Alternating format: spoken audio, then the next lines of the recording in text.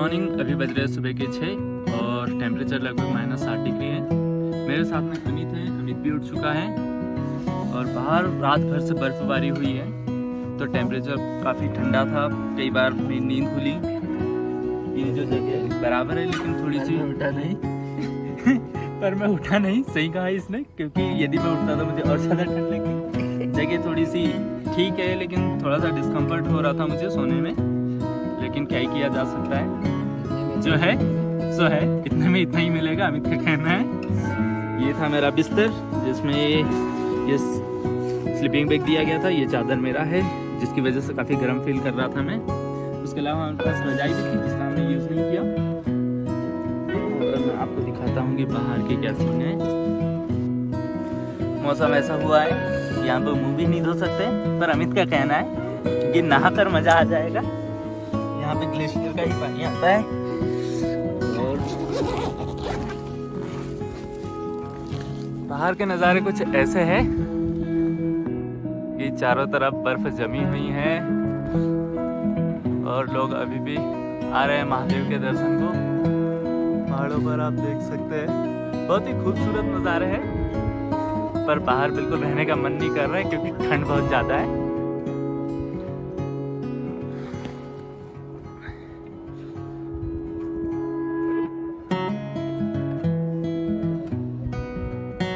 और यह है पीछे का व्यू जहाँ पे महादेव का मंदिर है।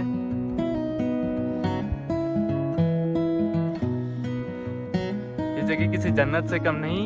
तो अभी हम फिर से जा रहे हैं केदार जी के दर्शन करने, क्योंकि हमने सोचा कि निकलने से एक बार हम दर्शन फिर से कर ले। अभी मैं इस ब्रिज पे हूँ। 2013 में यही ब्रिज था जो कि टूट गया था और काफ़ी सारे लोगों की जान गई थी 2013 में। हालांकि इसे अभी रीबिल्ड किया जा रहा है। आप देख सकते हैं जैसे मेरे पीछे।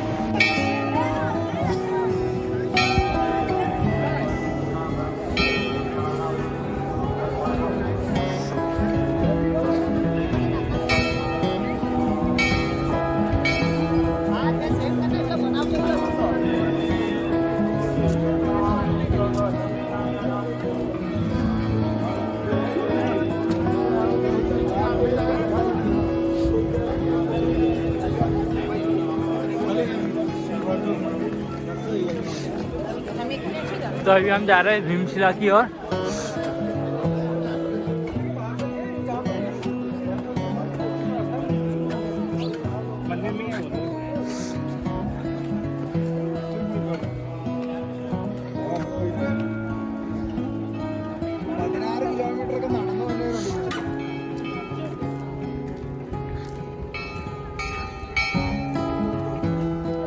और ये है वो विशालकाय भीमशिला। जब 2013 में बाढ़ आई थी तो इस शिला की वजह से मंदिर पर खरोच तक नहीं आई। आप देख सकते हैं बहुत ही बड़ी है।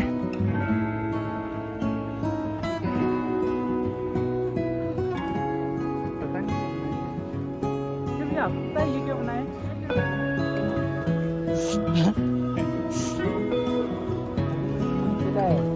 भीमशिला तो वह है।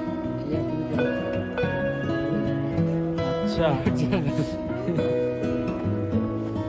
तो लोगों का कहना है जैसे भीमशिला ने महादेव के मंदिर में खरोच तक आने से रोक दी, तो उसी तरह से लोग अपनी ओर से भी एक छोटे छोटे ये बना रहे पीछे ताकि मंदिर को कुछ भी ना हो।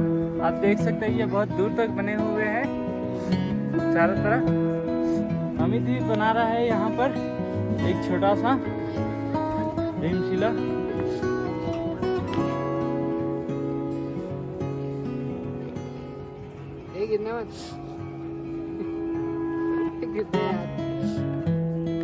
बना बनेगा हाँ बिल्कुल बनेगा।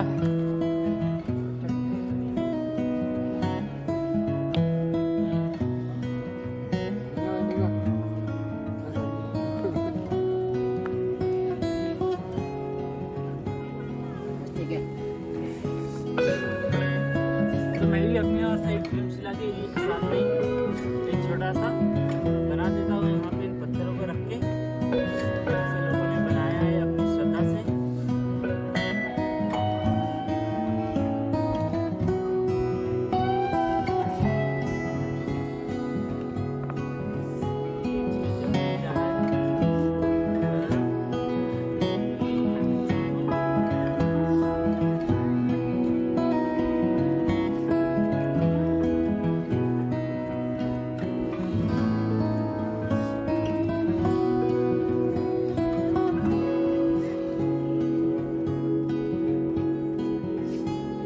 बस बस बस, छोटे रखना, बड़ा क्यों रख रहा?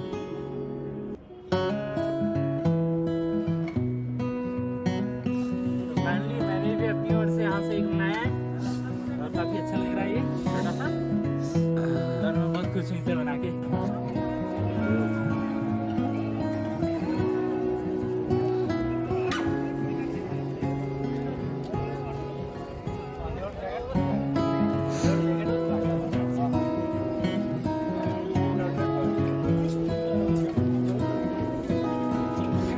तो ये है वो भीमशिला, आप करीब से देख सकते हैं। ये लगभग 12 फीट ऊंची है और 17 से 18 फीट चौड़ी है, और इसका साइज़ बहुत ही ज़्यादा बड़ा है।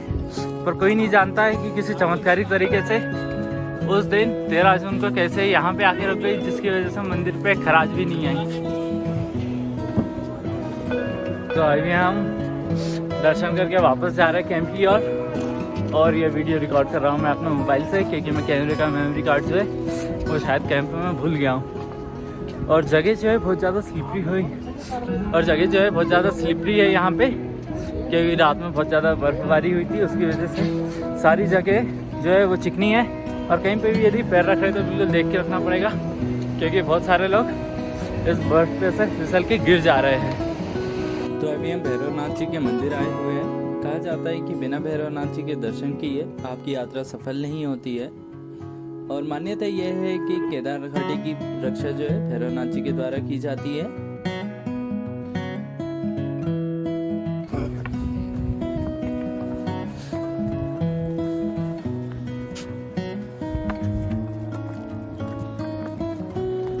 तो फाइनली केदार बाबा के दर्शन करने के बाद में हम लोग घर वापस जा रहे हैं।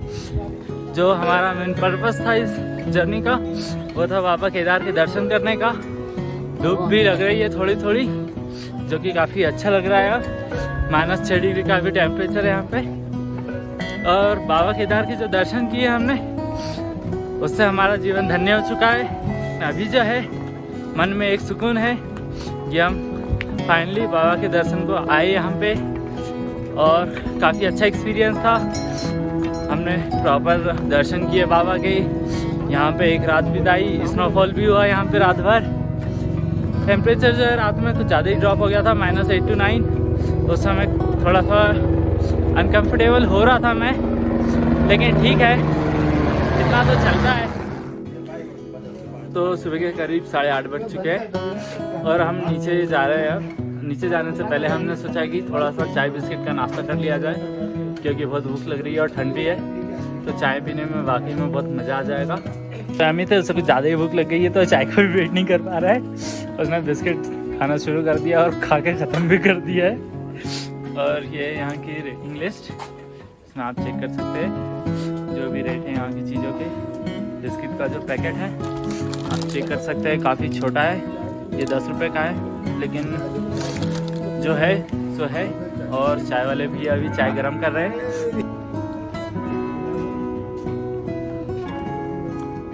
मज़ा आ गया इसमें, गरम चाय और बिस्किट, वाकई में इससे अच्छा इस समय कुछ नहीं हो सकता है।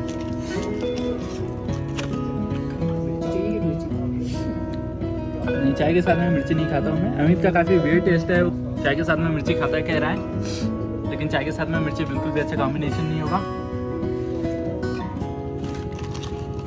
तो मैं खा रहा हूँ केवल चाय के साथ में बिस्किट। तो यहाँ पे ढेर सारे घोड़े हैं। यदि आपको घोड़ों से जाना है तो आप घोड़ा यहाँ से डायरेक्टली रेंट कर सकते हैं। पूछते हैं इन घोड़ों का कितना चार्ज होगा। क्यों भैया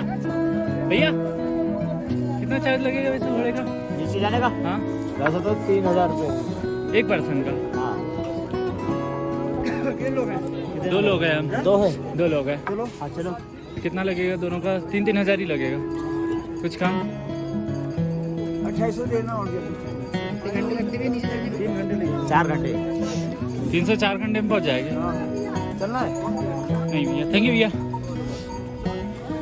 अमित कह रहा है कि अमित के पैरों में बहुत दम है, मैं पैदल ही कूद के पहुंच जाऊंगा। काफी एक्साइटेड भी है ये लड़का। अभी हमारा जाने का मन तो नहीं हो रहा है, लेकिन जाना पड़ेगा क्योंकि यहाँ पे बहुत ज़्यादा ठंड है। और इसके अलावा और इतनी ठंड हमसे बोल जगह ऐसी है कि इस जगह को केवल एक शब्द में बयान किया जा सकता है, वो है सुकून। उसके अलावा आप इसे डिस्क्राइब नहीं कर सकते हो कि ये जगह क्या है। बस इस जगह को एक ही चीज़ देख के याद में आता है, जब केदार का मंदिर देखो, केदार बाबा का, तो एक ही चीज़ याद आती है, स्वर्ग। और जब वहाँ पे बैठो तो बस एक ही चीज़ लगती है, सुकून। उसके अलावा कुछ नहीं। इसीलिए लाखों की गिनती में लोग यहाँ पे आते हैं, दर्शन करते हैं बाबा के, और खुशी खुशी इतना थके होने के बावजूद भी पैदल पैदल चल के जाते हैं। कुछ लोग घोड़े पे भी जाते और बहुत से लोग घोड़े का यूज़ करते हैं, कुछ लोग क्या कहते हैं उनको, हैं, वो नहीं पता। कुछ लोग वो ले जाने वाले लोग, वो अभी थोड़ी देर में दिखाते हैं। कुछ लोग वो ले जाने वाले लोग होते हैं, उनका यूज़ करते हैं। तो यहाँ पे हमें मिले भैया जो कि केदारनाथ से जा रहे हैं बद्रीनाथ की ओर। तो अभी भैया बता रहे बद्रीनाथ के बारे में हम थोड़ा सा। अभी केदारनाथ से हम गौरीकुंड तक जाएंगे। गौरीकुंड से वो गाड़ी भाड़े में मिलता है। गाड़ी भाड़े के बाद हम पहुंच जाएंगे सोनप्रयाग। गौरीकुंड से, गौरीकुंड से सोनप्रयाग। सोनप्रयाग से बस मिल जाएगा, गवर्नमेंट का बस भी मिलता है, और रिजर्व करना है तो रिजर्व का गाड़ी भी मिलता है, भाड़े का गाड़ी भी मिलता है। ठीक है, 7-8 घंटा लगता है उसमें, ज़्यादा के ज़्यादा। उसमें बद्री पहुँच जाएंगे। बद्री के 1.5 से 2 किलोमीटर एकदम सामने नज़दीक उसका स्टॉपेज है बस का। 1.5 से 2 किलोमीटर पहले, मतलब 1.5 से 2 किलोमीटर का ट्रैक होगा मैक्सिमम। मैक्सिमम, और पूरा सेट वाला ट्रैक है उसमें। ठीक है, उसकी दिक्कत होने वाला नहीं है उसमें। ठीक है, और बद्री का दर्शन भी हो जाएगा, क्योंकि बद्री का दर्शन शाम को भी होता है, सुबह का भी होता है। सब समय को पूरा खुला रहता है मंदिर। मतलब सुबह शाम तक खुला रहता है, कपाट बंद नहीं होता है, कपाट बद्री बंद के। नहीं होता है उसमें। और जैसे आपने बताया कि रास्ता भी काफ़ी अच्छा है, रास्ता भी काफी केदार के रास्तों के जैसे नहीं है, क्योंकि केदार का जो रास्ता है वो काफ़ी ख़राब है। आप देख सकते हैं कीचड़ वगैरह है, इसके अलावा रोड काफ़ी ख़राब है, तो बिल्कुल संभल के चलना होगा, नहीं तो फिसल जाएंगे। और बद्री आप दर्शन कर लीजिए। उसके बाद बद्री दर्शन करने के बाद वहीं से 5 से 6 किलोमीटर दूरी पे है माना विलेज। माना विलेज? माना विलेज। उसमें क्या होता है, आप गाड़ी है उसको भाड़े में मिल जाएगा आपका। तो ये जो गाड़ी भाड़े पे मिलेगी, ये माना विलेज बद्री से मिलेगी, माना विलेज के लिए, है ना? माना विलेज हो गया हमारा भारतवर्ष का, इंडिया का लास्ट विलेज। उससे अच्छा। बाद में तिब्बत शुरू हो जाता है। अच्छा, तो माना विलेज जो है इंडिया का लास्ट विलेज होगा, उसके बाद से तिब्बत लग जाता है, वहाँ पे लग जाता है। डिफरेंट कंट्री स्टार्ट हो जाती है। माना विलेज सबसे फेमस है, हर आदमी को माना विलेज जाना चाहिए जो हिंदू धर्म में है, क्योंकि हिंदू धर्म में महापुराण होता है। ठीक है, जैसे भागवत है, उसे जैसे 18 महापुराणों में लिखा गया है माना विलेज में, जो लिखा है गणेश जी ने। वहीं पर गणेश गुफा है। गणेश गुफा में आपका 18 पुराण का सब डिटेल्स और प्रमाण मिल जाएगा। ठीक है, और किसने बोला है वो 18 पुराण का, जो श्रोता है, इसको मतलब जो बोलता है, इसको जो स्पीच दे रहा था, उसका नाम है कृष्णद्वैपायन वेदव्यास। इसका मतलब व्यासदेव। ठीक है, व्यासदेव उसको बोला है, गणेश जी ने उसको रिटर्न किया। इसका एक कंडीशन था पर जब व्यासदेव ने उसको, गणेश जी बोला था, जब व्यासदेव उसको बोलेगा रुकना नहीं चाहिए। जब रुक जाएगा गणेश जी उसी पर लिखना बंद कर देगा। हाँ, तो ये शायद मुझे भी हिस्ट्री थोड़ी सी मालूम है, क्योंकि मैंने गणेश जी का शो देखा था। हाँ, उसमें वेद व्यास जो है अपनी ओर से ग्रंथ बोलते हैं, हाँ, और गणेश जी लिखते हैं, बट उनके पेन की स्याही खत्म हो जाती है शायद, हाँ। तो फिर वो अपना एक दंत तोड़ के उससे लिखना शुरू करते हैं। तो इसीलिए वो एक दंत के नाम से भी जाने जाते हैं। और वहाँ पर एक और कंडीशन था, इसलिए व्यासदेव ने क्या किया, कंडीशन कंडीशन दे दिया गणेश जी ने, तो उसने डायरेक्ट कुछ बताया नहीं। उसने सब ना वो श्लोक के जो श्लोक वो लिखा गया है उसमें, वो तरह तरह करके, वो क्या बोलते हैं उसको, कॉमिक होता है ना, जैसे हाँ, एक कहानी के तौर पर कहानी के तौर पे बता रहा है। उस श्लोक के उसको माध्यम श्लोक से। बताना पड़ रहा है, क्योंकि वो तो भगवान से उसको मिल रहा था व्यासदेव को। बिल्कुल। भगवान उसको बोल रहा था, व्यासदेव उसको जस्ट अलग तरह से उसको प्रोवाइड कर रहा था गणेश जी को, श्लोक गणेश के जी- माध्यम से, हाँ, ताकि गणेश जी ज़्यादा समझा जा सके उसे। और अभी वो माना विलेज आप देख लेंगे। माना विलेज से 5 किलोमीटर ट्रेक का रास्ता है, वो आपको मिल जाएगा वसुधरा। वसुधरा एक फॉल्स है, मान्यता है ये, जो सच आदमी है, इसका मतलब जो कभी झूठ, जिसके मन में सच्चाई है, जिसके मन में सच्चाई है, उसी के ऊपर उसका पानी गिरता है।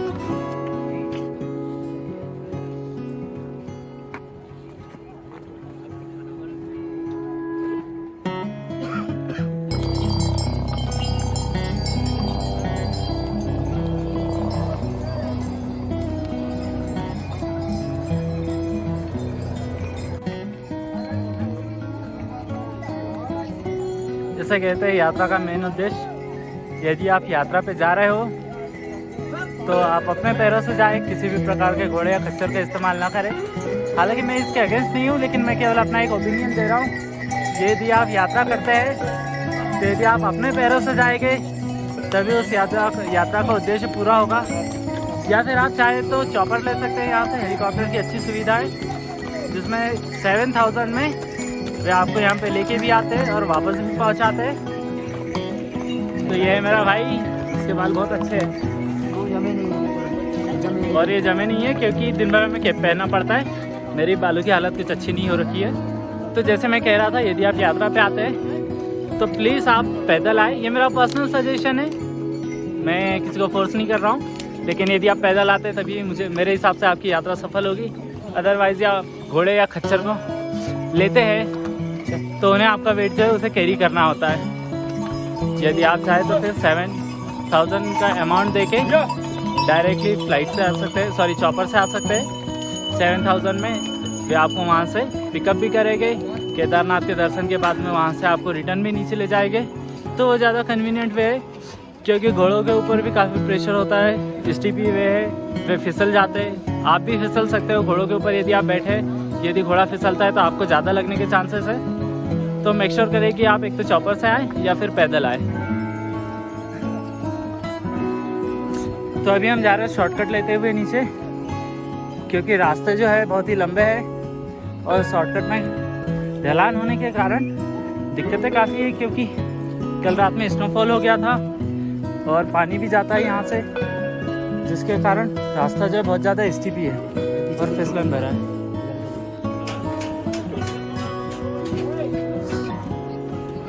जहाँ शिव वहीं स्वर्ग।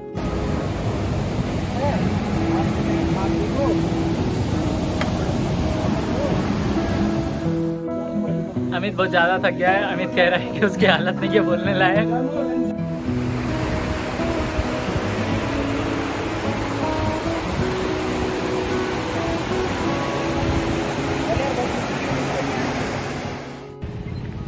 तो ये सोनप्रयाग का नियरेस्ट बस स्टैंड, जहाँ से हमें हरिद्वार के लिए बस मिलेगी। तो ऑलमोस्ट हम बस स्टैंड पहुँच चुके हैं। थोड़ा सा रास्ता बाकी है, भी इतना टर्न, और बिल्कुल भी चलने की इच्छा नहीं हो रही है क्योंकि बहुत ज़्यादा हम थक गए पिछले 2 दिनों में कंटिन्यू चल के।